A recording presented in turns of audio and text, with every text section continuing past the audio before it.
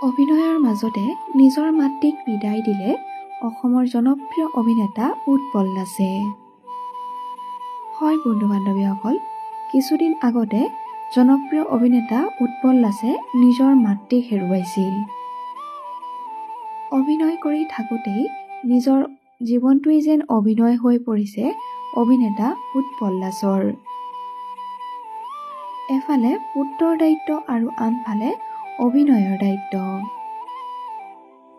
পুত্ৰ আৰু অভিনয় দুয়োটা একেলগে চম্ভালিব লগা হৈছে অভিনেতা উৎপল দাসে। এই বৰ্ষত জনপ্ৰিয় অভিনেতা উৎপল দাসে ভ্ৰাম্যমাণ জগতৰ থিয়েটাৰ সূৰ্যত অভিনয় কৰি আছে। থিয়েটাৰৰ অভিনয়ৰ মাজতে মাকৰ ক্ৰিয়াকৰ্মৰ সকলো কাম কৰিব লগা হৈছে অভিনেতা উৎপল দাসে। অভিনেতা উৎপল দাসে লিখিছে, মৃত্যু এক চিৰন্তন সত্য।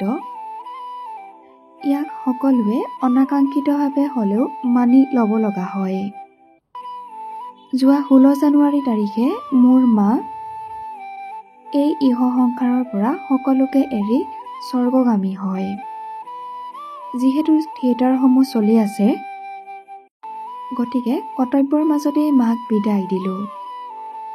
এই কঠিন সময়খিনিত মোক অহৰহ সাহস দি থকা, বিভিন্ন ঠাইৰ পৰা সমবেদনা আগবঢ়োৱা, ফোন কল মেছেজ আদি বিভিন্ন মাধ্যমেৰে হ'লেও এষাৰ মাত লগোৱা শুভাকাংক্ষী, নাটকৰ পৰিয়ালবৰ্গ, মোৰ সতীৰ্থ বন্ধুবৰ্গ, আত্মীয় কুটুম, থিয়েটাৰৰ আহ্বায়ক সমিতি সকলোকে আমাৰ পৰিয়ালৰ তৰফৰ পৰা কৃতজ্ঞতা জ্ঞাপন কৰিছোঁ। ৰাইজৰ মৰম আৰু আন্তৰিকতাই যথেষ্ট সাহস আৰু শক্তি দিলে জনপ্ৰিয় অভিনেতা উৎপল দাসক।